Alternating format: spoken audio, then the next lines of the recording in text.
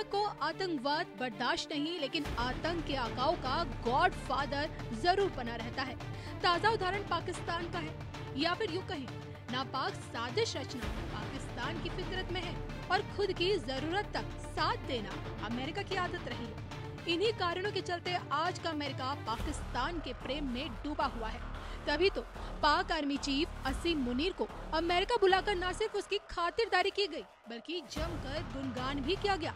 आपको ये जानकर हैरानी होगी कि अमेरिका के इतिहास में ऐसा पहली दफा हुआ है जब व्हाइट हाउस द्वारा किसी देश के सेना प्रमुख को लंच के लिए न्योता भेजा गया हो। अमूमन किसी भी देश के प्रधानमंत्री या राष्ट्रपति दूसरे मुल्क के अपने समकक्ष नेताओं से ही मुलाकात करते हैं, न कि सेना प्रमुख से। दूसरी बात ये कि असीम मुनीर संग ट्रम्प की ये मुलाकात ऐसे वक्त में हुई जब भारत पाकिस्तान के बीच युद्ध विराम की रेखा खींची गई है, न कि युद्ध खत्म हुआ है। ये जग जाहिर कि असीम मुनीर की मानसिकता भारत विरोधी है, तभी तो भारत को तोड़ने का ख्वाब वो देखते हैं। 71 की हार का बदला लेने की कसम वो खाते हैं। भले ही अमेरिकी राष्ट्रपति असीम मुनीर को शांति दूत बताते हो, लेकिन सच तो यही है। पहलगाम आतंकी हमले की साजिश के पीछे कई चेहरों में एक चेहरा असीम मुनीर का भी है।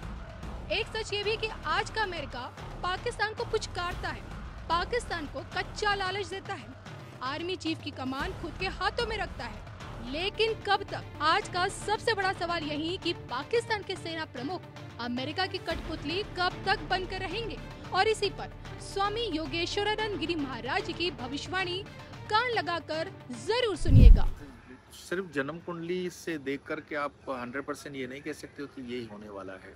12 ग्रह हैं और उसमें 12 घर हैं कुंडली के और 9 ग्रह उनके अलग अलग अपनी ऊर्जाएं हैं। मान लीजिए आपको एक चांस मिल गया अच्छा करने के लिए, अगर उसमें कर्म से आप अच्छा नहीं करते हो तो उसका परमात्मा के तरफ कोई आप दोष नहीं दे सकते हो। ये बात सच है कि ट्रंप के आने की जो घोषणा है और उससे जो विश्व के अंदर परिवर्तन कहा गया था, लेकिन जिस तरह से उन्होंने अपने कर्मों को दिशा दी है, जैसे मान लीजिए भारत और पाकिस्तान के युद्ध से पहले एक बिटकॉइन वाला सौदा किया था ट्रंप परिवार ने। वो एक व्यक्तिगत परिवार का सौदा पूरे देश के साथ था, और उस सौदे के अंदर ऐसा सोशल मीडिया वगैरह पे भी कहा गया है कि सेना के कई परिवार, पाकिस्तानी सेना के कई परिवार उस सौदे में इन्वॉल्व हैं, शरीफ परिवार भी उसमें इन्वॉल्व है। पाकिस्तान की जनता को तो ये पता ही नहीं हुआ कि क्या खेल हो गया। अब अगर उसमें आप मानिए कि पूरे जो आर्म्स की इंडस्ट्री है, हथियारों का जो सौदा होने वाला है, उसकी पूरी डीलिंग बिटकॉइन जैसे मतलब जो उन्होंने स्टार्ट किया उसी से होगा। उस पूरी इकोनॉमी को चलाने के लिए ट्रंप का एक विज़न रहा होगा जिसमें वो अपने परिवार को इन्वॉल्व कर रहे हैं। तो पाकिस्तान में अगर ये काम वो कर रहे हैं तो पाकिस्तान के हुक्मरान तो हमेशा सेना ही मानी जाती है, तो उस सेना को खुश करना उसके लिए बहुत ज़रूरी है। और मुनीर उनके हाथ का मान लीजिए एक पुपेट है जिसको वो जब चाहें जैसे चाहें उठा बैठा सकते हैं। सेम बांग्लादेश के अंदर भी जो मोहम्मद यूसुफ है वो अमेरिका के हाथ की तो कठपुतली है, पुपेट है।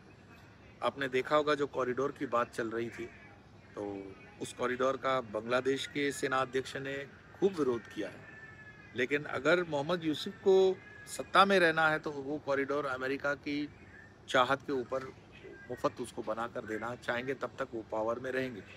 ये जो राजनीतिक गतिविधियां होती है, इसमें इंटरनेशनल पॉलिटिक्स बहुत बड़ा खेल होता है, और उस खेल के अंदर जो मुख्य नेतृत्व होता है, जैसे पाकिस्तान का नेतृत्व तो हमेशा से सेना ने किया और सेना का नेतृत्व तो इस समय मुनीर कर रहे हैं। तो मुनीर को खुश रखना या मुनीर को अपने इन्फ्लुएंस में रखना अमेरिका हमेशा चाहेगा कि बिल्कुल रहना चाहिए। इसीलिए आप देख रहे हो कि उनके जन्मदिन के अवसर पर जो परेड अमेरिका में हो रही है उसमें मुनीर को बुलाया गया। ये कोई बहुत बड़ा निमंत्रण मैं नहीं मानता हूँ। ठीक है, एक व्यक्तिगत संबंध के हिसाब से भी आप देख सकते हो, और प्लस एक स्ट्रेटेजिकल मूव भी हो सकता है कि भाई इसमें भविष्य में आर्थिक रीत से वो जुड़े हुए हैं तो उनको एक इसका लाभ ही मिलेगा, फ़ायदा मिलना है, और उस फायदे को सुनिश्चित करने के लिए मुनीर को बुलाया गया है। हालांकि ये विषय पाकिस्तान की जनता को है, जनता को सोचना चाहिए कि मुनीर को क्यों बुलाया गया और मुनीर जाकर के वहाँ कौन कौन से पेपर साइन करते हैं और मुनीर कौन कौन से एग्रीमेंट्स पे राज़ी हो जाएंगे, कब अमेरिका क्या कहने वाला है। मैंने यहाँ तक भी कहा था कि नूर खां बेस के अंदर जो भारत ने हमला किया था मिसाइल से, और उसमें जो रिसाव हुआ, अब तो सोशल मीडिया के कई प्लेटफॉर्म से आप उसको चेक कर सकते हो कि नूर खां के बेस के अंदर जो आर्म्स एंड एम्यूनिशंस का पूरा जमावड़ा था, वो इनडायरेक्टली अमेरिका का ही था। अमेरिका ने अपने हथियार वहाँ सुरक्षित रखे हुए थे। ठीक है, पाकिस्तान की ज़मीन थी और पाकिस्तान वो क्रेडिट ले रहा था जैसे कि हमारे पास हथियार है। बहुत बड़े बुद्धिजीवी मैं पिछले दिनों देख रहा था, सोशल मीडिया पे कह रहे थे कि अमेरिका के जो हथियार हैं वो अमेरिका अपनी रिस्क कम करने के लिए पाकिस्तान में स्टोर कर रहा है। और पाकिस्तान के पास अगर कोई ऐसा हथियार होता जो वो ब्लैकमेल बार बार कर रहा था कि उसके पास एटॉमिक हथियार हैं, तो वो भारत का जवाब दे ही देता। लेकिन जैसे कि मैंने पहले भी कहा था कि पाकिस्तान के पास उस तरह की उस लेवल के हथियार होना मुमकिन इसलिए नहीं है क्योंकि उनकी इकोनॉमी बिल्कुल डाउन है। इन हथियारों को मेंटेन करना भी, इंक्लूडिंग मेंटेनेंस करना भी बड़ा महंगा है। तो वो एक पोर्ट है अमेरिका का जहाँ पर अमेरिका अपने हथियार रखता है और उन हथियारों पर भारत का मिसाइल जो गिरा, और उस न्यूज़ को ज़्यादा पब्लिसिटी में लाना अमेरिका के हित में भी नहीं बनता है और भारत ने भी उस पर कोई विशेष पब्लिसिटी नहीं की।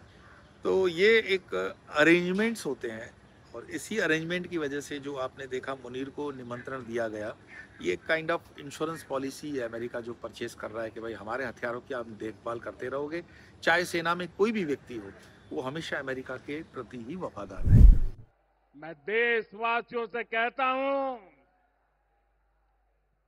जो जो सिंदूर मिटाने निकले थे, जो सिंदूर मिटाने निकले थे, उन्हें मिट्टी में मिलाया है।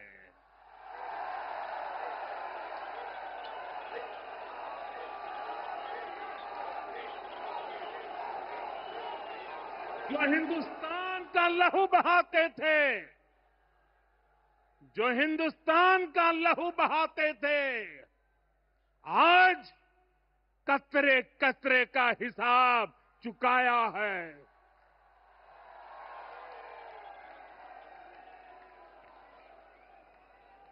जो सोचते थे, जो सोचते थे भारत चुप रहेगा, आज वो घरों में डूब डूब के पड़े हैं।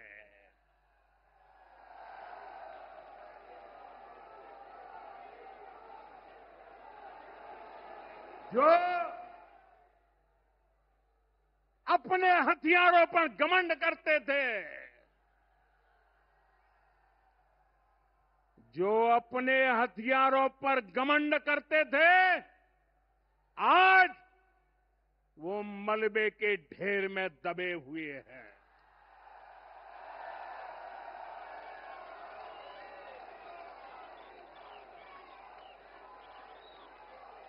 मेरे प्यारे देशवासियों, ये शोध प्रतिशोध का खेल नहीं, ये शोध प्रतिशोध का खेल नहीं, ये न्याय का नया स्वरूप है।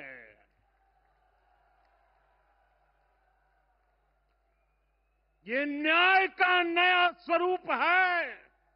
ये ऑपरेशन सिंदूर है।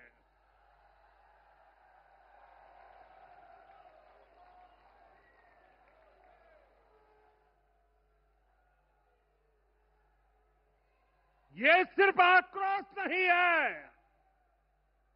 ये सिर्फ आक्रोश नहीं है, ये समर्थ भारत का रौद्र रूप है। ये भारत का नया स्वरूप है।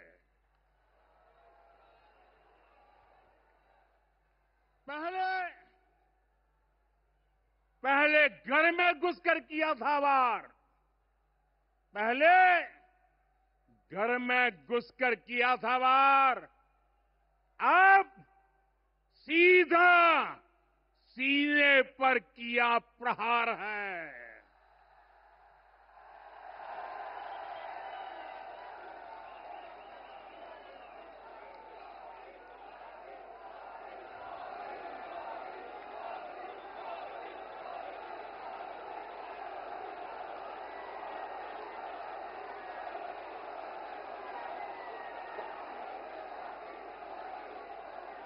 आतंक का फन कुचलने की, आतंक का फन कुचलने की यही नीति है, यही रीति है, यही भारत है, नया भारत है।